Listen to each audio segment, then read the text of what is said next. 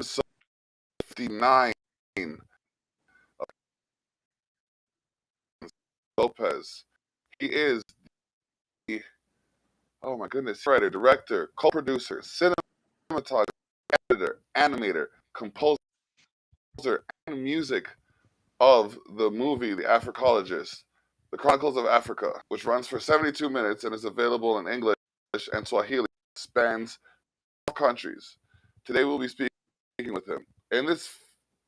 Okay, so I'm going to play the trailer for that right now so you guys can get an idea of what we're doing.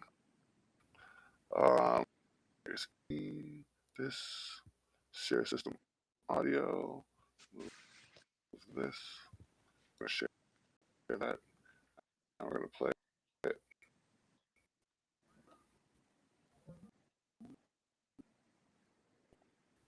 Okay, it's taking its time.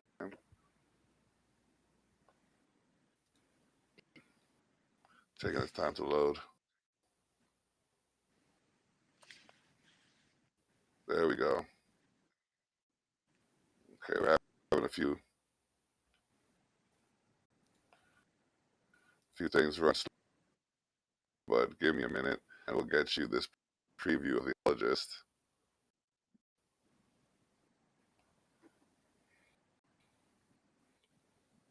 Ladies and gentlemen,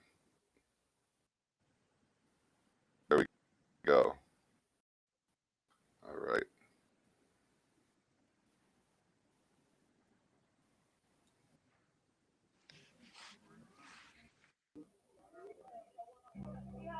Wisdom is like a baobab. No single person can embrace.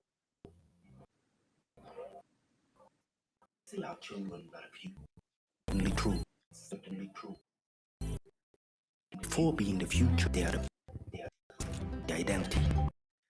And culture, their skin. Everywhere they go, of the roots. In order to survive, the tree needs to be watered. And history must be forgotten. What our ancestors lived, what they did, and what they were, is the mother of our consciousness.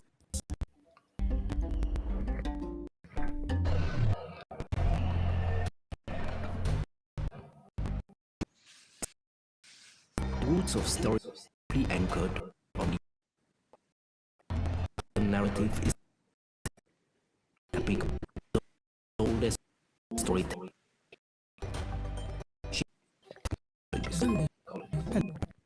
I am your computer. How can I help? Tell me more about the past, present, participants. Host about science and content here.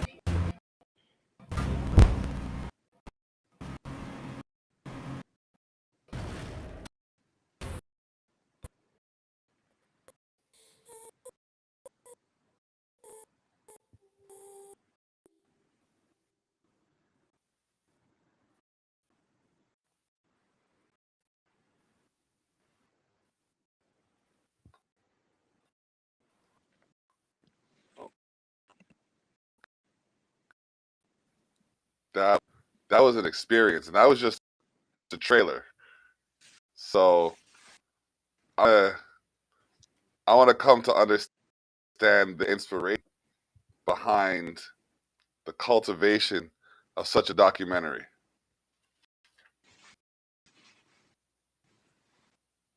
Val? Hello now. Sorry, this is cut for a second there. Okay, all right. We're here with Val Lopes. Yeah. All right. Yeah. I was just saying the visuals for the trailer were very intense. Thank you. That's a few years of work and research piles a little bit of what goes on in the country. Don't be too impressed by it. Some people don't like documentaries, and this one is not much different, a bit catchy in that sense. I think the presentation of it would allow for, and this is just my opinion, but 159 episodes in, it's got to hold some kind of weight. I think it allows for the viewer to immerse themselves in the actual experience because of the way that it's presented. Like I was all the way in that. Like when I saw you had the HUD, the heads up display, for those of you who don't know what HUD is, that was just like, wait a minute, that's super cool. That's like some Iron Man stuff right there. So then it immediately grabbed my attention and pulled me further into it. And then as the Africologist is flying around, I'm wondering, where is she gonna land next? What is she gonna discover? So it piqued my interest. I have to let it be known. Yes. So the whole narrative, the parts of Africa that I could go to myself, I took planes to go there. Even if you see me in this reconstruction there, but in time, in her spaceship, or the ancient history and Gulf, I cannot go. Okay. So how long did you spend at each location? Depends on the location for a few days, but I have lived in some count, have spent a few years, so it will where something is shot in. Okay. So where Kenya, did you have Rwanda, and different countries? I've spent like a year or two in general places where I've been just for a few days. Okay. So where did you have your most interesting experience? Excuse me? Where did you have while cultivating? Country to country. Although we like to talk general, experiences vary around country. You have like ways of being treating yourself, and different factors really influence. So there's places where to film or to use a drone in general, just from place to place. But I always try to respect the culture, to work in a way that is to something good, but does not also their way of seeing the world. Okay. So in this film, you pose a fundamental question: what was, is, and will be the role of Africa and its people in the world, generation after generation? So of course that's a complex question, and the film does question out there. Then it actually some answers, but I think of a documentary in general is to impose and come up about the future. You cannot come up with the answer, just what could happen, and then let them, of course, add their own adding and their own point of view to come up with their own answer and see what will be in the future. But I believe after the future, the African that, and so it will certainly happen. Okay. Okay. Now, forgive me for my perspective, but I firmly believe if there wasn't so much external interference, Like movies like Wakanda Forever wouldn't be so imaginary as much as they would be reality. What do you stand on that perspective? Sorry, I didn't hear the question because it,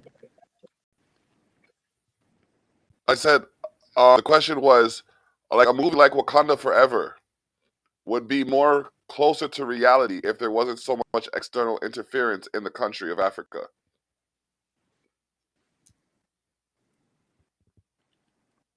I think a movie like Wakanda Forever, any other science fiction, exactly what a documentary does, which is just a reality that could be. So I believe that Yeah. either you go or you go in a dystopian direction. It probably won't be a very too much to reality. So you're then to a utopian view or to view, and that's the thing of projects is you're not really you giving people options to think of their own story and with their own views, and the result of it is totally different. And it's the beauty of filmmaking in general is that also to contribute with their own interpretation in their own way. I might what I see in Star Trek, Triceptor, or what's the name of that little kid, will exist in the future, and phones now that really exist, and that are communication devices that we can get everywhere. But I might so also get into the Star Wars situation. Everybody decides for themselves what they, and we basically building that future films. That's why I gave that example of startup projects like uh, Wakanda World or all those science fiction projects that people were not talking about before that existed long before. I think those just because of that, because it really and engineers and scientists and everybody gives them a vision for the future. Okay, that's well put. Well put. So, I have to ask, what is Africology, taking into consideration that our histories are oral? These are not really oral in going on in Africa, Well, not just in oral. Egypt, but in so yeah, I understand what you mean, but G is a term actually that comes from Molefe Asante, and I deserves to be used in the sense that by Egyptology, Egypt is in Africa. If Egypt is in Africa and you have in Africa than in Egypt own, then it's a general term for the continent. And of course, there are more profound terms should be used and exist. What it means to be African and what it means such would use that word also really deserves its place in the documentary again puts that question, some suggestions on there, on that question, really lets people answer for that question. To inspire people just like other science. Okay. Well, this documentary will be screening this year's Pan African Art Film Festival in LA beginning February 9th. So, want everybody to know that. Additional notes to mention is Africology is an interdisciplinary academic study of the history and culture of African people. This futuristic, highly original documentary swings between two distinct canvases. On the one hand, there's a science fictional, 3D animated realm of the Africologist, a computer generated fictional woman. And on the other hand is a real-world scientific and factual representation of Africa, researched by director Valerio Lopes himself through his travels to 16 African countries.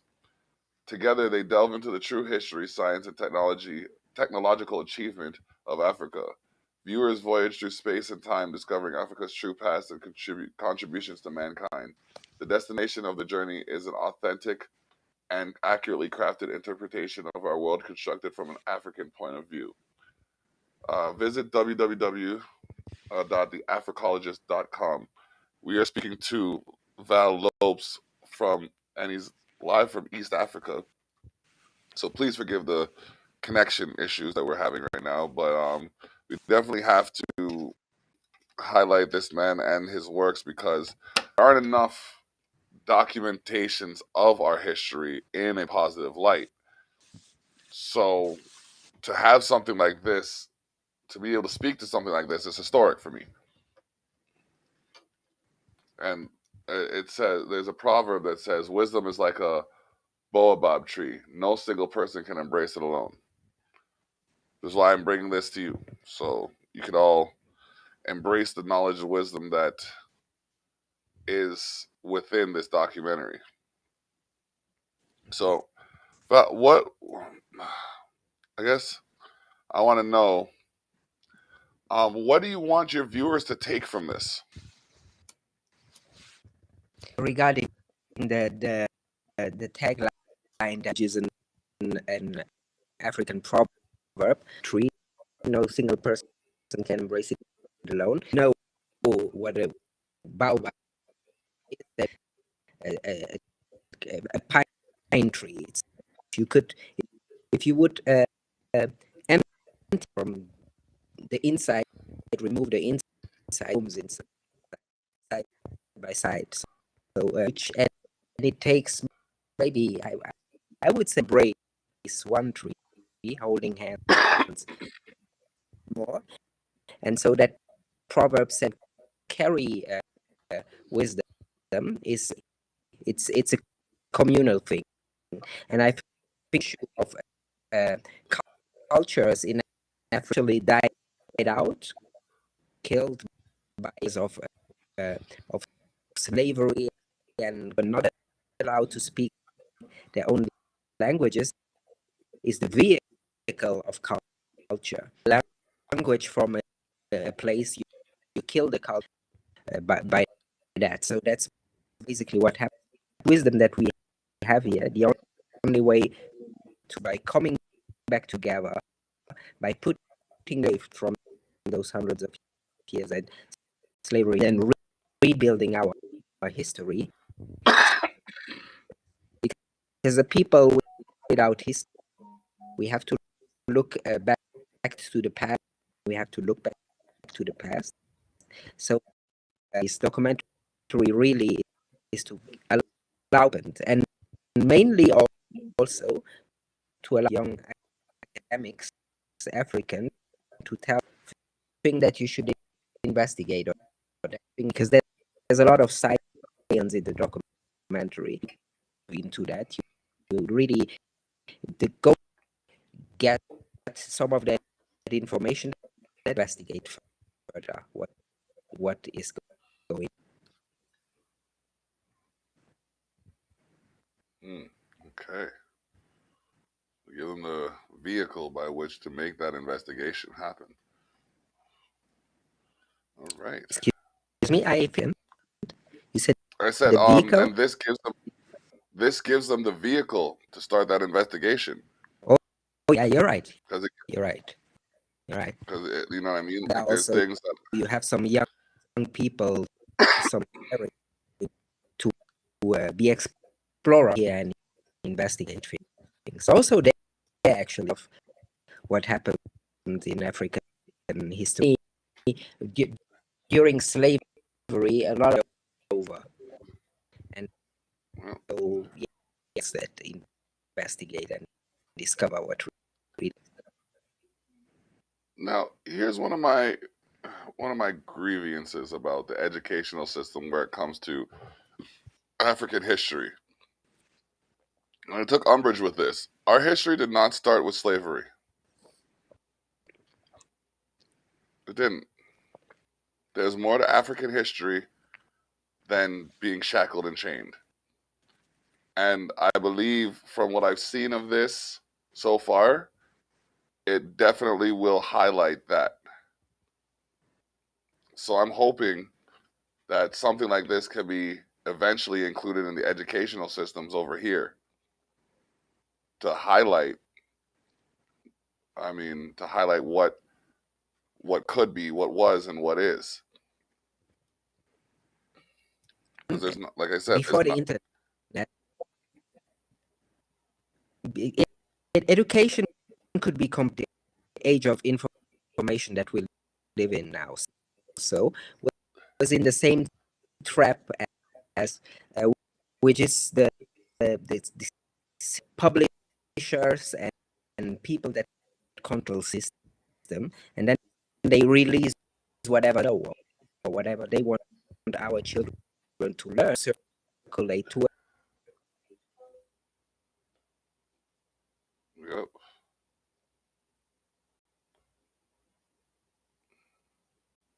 You're not wrong. Sorry, ladies and gentlemen, this conversation was got a little too powerful for the network. All right, we're bringing him back just now. Hello? Val? Val, are you with us?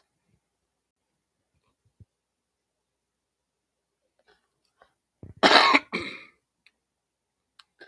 right, we're going to wait for him to connect. But yeah, there is quite a bit to be learned from this documentary. It will be available on, it will be screening at the Pan-African Arts and Film Festival in LA beginning February 9th. Black History Month. Perfect time for a movie like a documentary like this. But yeah, we had a connection interruption. Let's see if he's back. Val.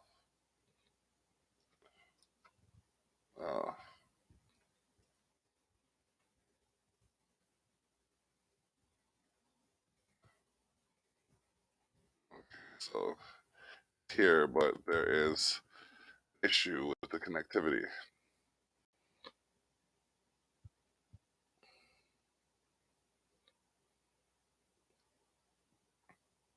Yep.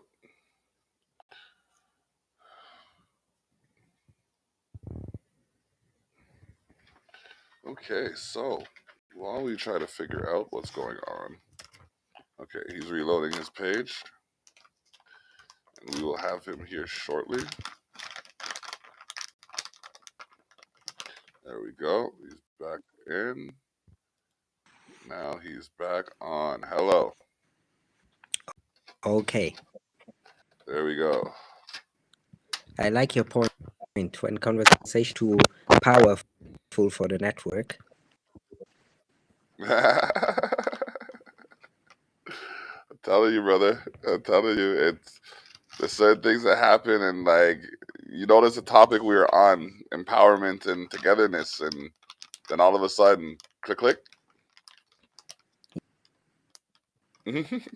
But I had the same issue just talking to my mother in North Africa, so I guess it might cover a type of conversation.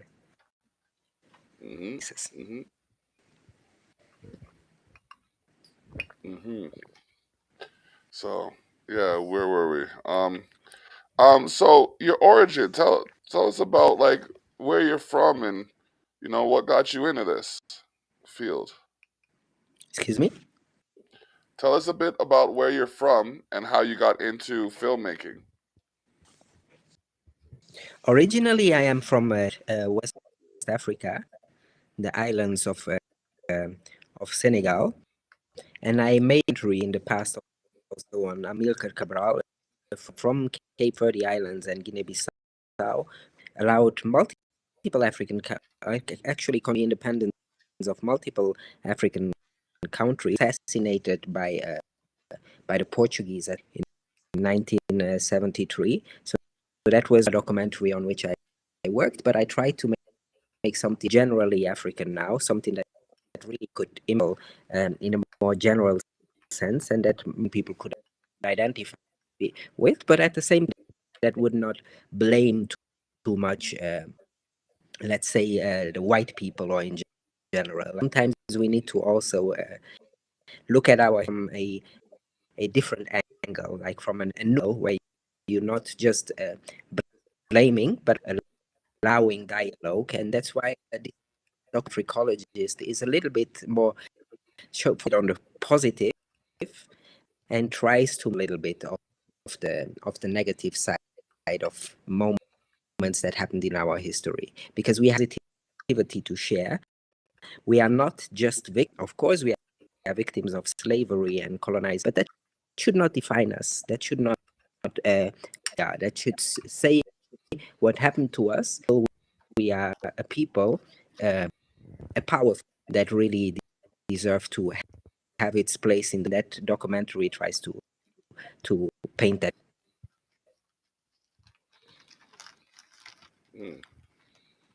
Well put. All right. Well, we're getting close to the halfway mark of the podcast, and this is usually when I flip the script. I'm gonna have to do like a title sequence for that eventually. Basically, when I flip the script, what I do is I give the guest the opportunity to become the host, and if they have a particular message or any questions that they might have, hold on a second. Yeah. So, hello. Oh, he's back. We're having that connection issue again. Try reloading. Hello? There we go. All You right. hear me again? I can hear you now. Okay, so when we flip the script, I'm giving the guest the opportunity to be the host and say whatever they like, if they have a message or if they have any questions they might want to ask of me. This is the opportunity for them to do so. Go ahead. I can hear you clearly. You can? Yes, I can. So yeah, a message. I don't know. It's the is really coming as African people. It's really getting where we come from, because that's the only way to look forward and to work to a better future. It's really people being part of this global life we live in. We can't be just giving minerals or doing anything in return. And I think it's the business that's not. Yeah, that's the message that I would like to give.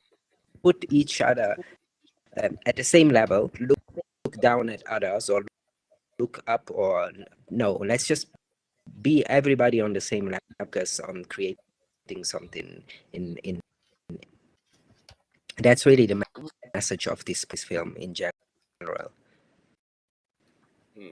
Good message. It's a very good message. So, as we look into it, how will this be available for viewers to see? Is it only going to be in the Pan African Art Film Festival, or are you planning an official release of it? Actually, it's at 21 festivals now, and I'm sure the festival fade that way very soon. Then I will focus on putting it on some stream. I can't share which ones that will be for that can impact the negotiations.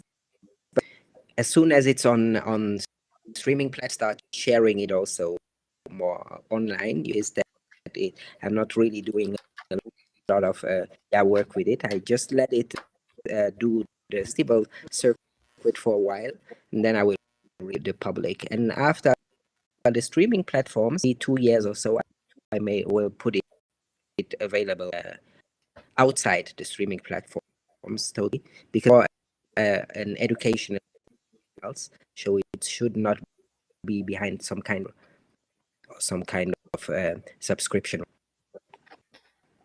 Yeah. Of course, I want money back as soon as possible, but it's done. I think it should be available. everywhere. Good. All right, sounds good. Sounds good. Whew, man. So, have you ever thought of making a video game?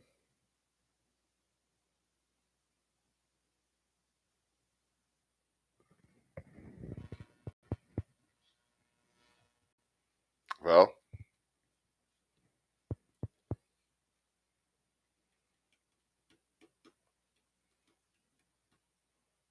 we're giving us a real hard time today, boy.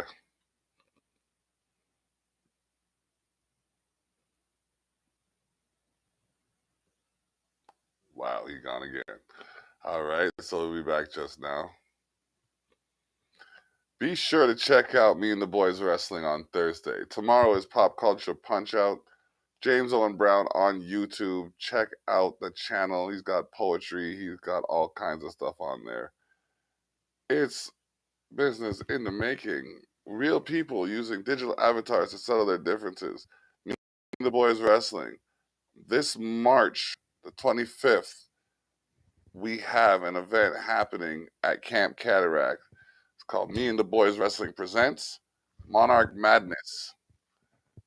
And the Monarch Madness will be a poetry slam. So we're going to get into that, but we have Val joining us again. How's it going? It's saying he's talking, but we can't hear him. Okay, so Restream, you need to work on your connection out in East Africa. Solid. I see the man talking, but I don't hear him. I'm going to have to try reloading again, brother. There we go. All right, so while we wait for that to happen, also check out this Saturday. This Friday, episode 330 of the Terrell Effect. Full Up Friday, or Upful Fridays, where DJ Klein International and yours truly clash on the ones and twos. Get you ready to go on club trip. Saturday is the Terrell Effect, 12 p.m. Check that out. We got the latest from the soon-to-be greatest while we change a status. Also, we have Sunday, a Sunday function where we smooth it out and get you ready for the work week. Yes, ladies and gentlemen, the Terrell Effect is all weekend. Feel it. Wheel it. Peel it. Because you know, so we are did it. You see me? The lights them right. But it's all good. We had Val Lopes on here talking about Africology, the interdisciplinary academic study of history and the culture of African people. That's something y'all going to hear a lot more about. Culture Shock. Issue 26 is in the works, but issue 25 is still available. shuttershock.ca/issue-25. We are migrating the magazine to a new page, magazine.cultureshock.ca. Hello, sir.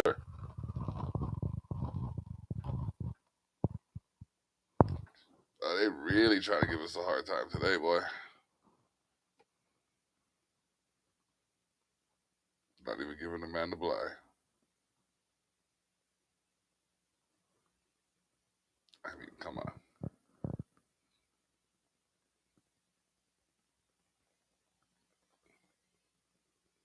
We're just waiting to see if this will work.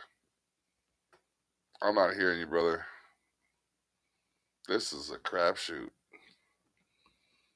I mean, if we try this a couple more times and it doesn't work, I might have to just throw in a towel, call time, and move on to the next endeavor.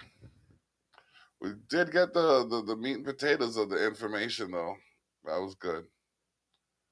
We got a lot of the information about the Africologist, where it's available, Soon to be available on streaming platforms.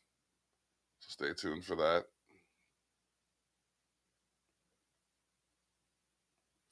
Also,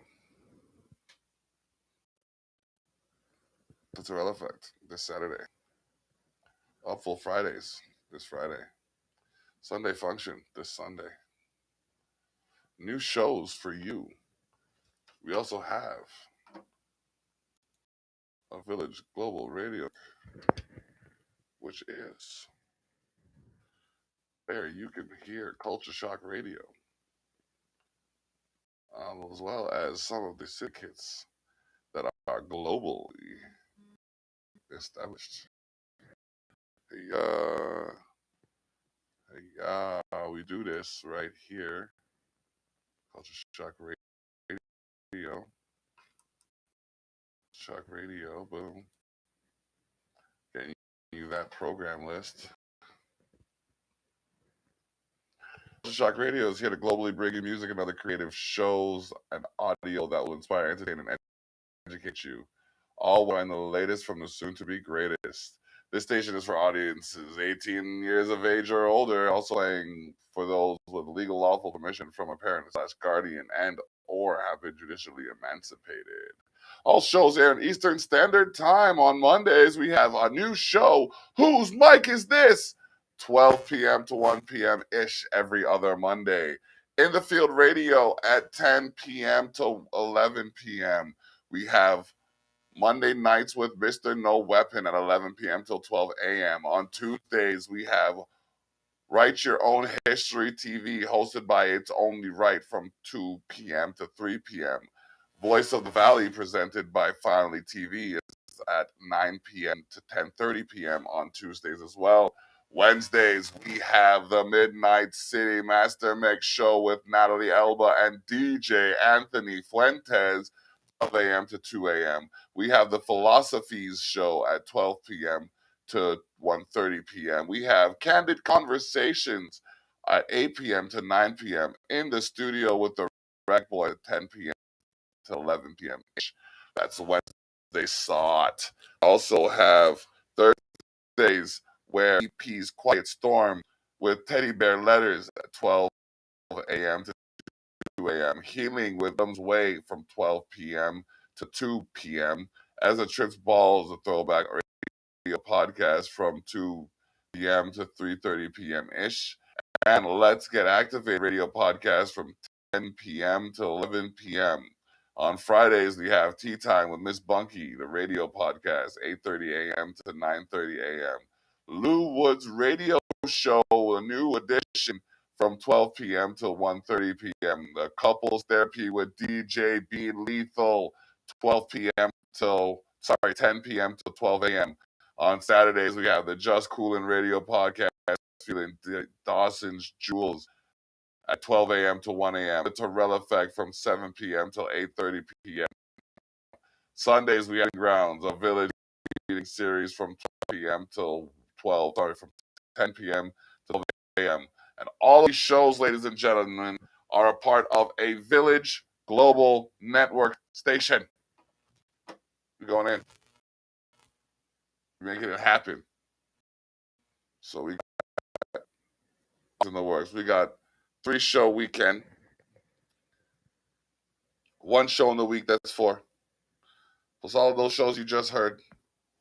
Ladies and gentlemen, you'd almost think this was a Village Global Network or something. We going in. But I have things to do, and our guest is not able to connect with us again. So we are going to call this time. So I'm not sitting here talking to myself for the next 20 minutes trying to make up an hour. So y'all go get some music after this, and it's going to be a fun time, and we're going to talk later. All right? So you make sure you take care of yourself. And when carrot top fools are trying to complicate your life, let them know that it's not your fault. They suck at life. All the best. Bless up. Block out.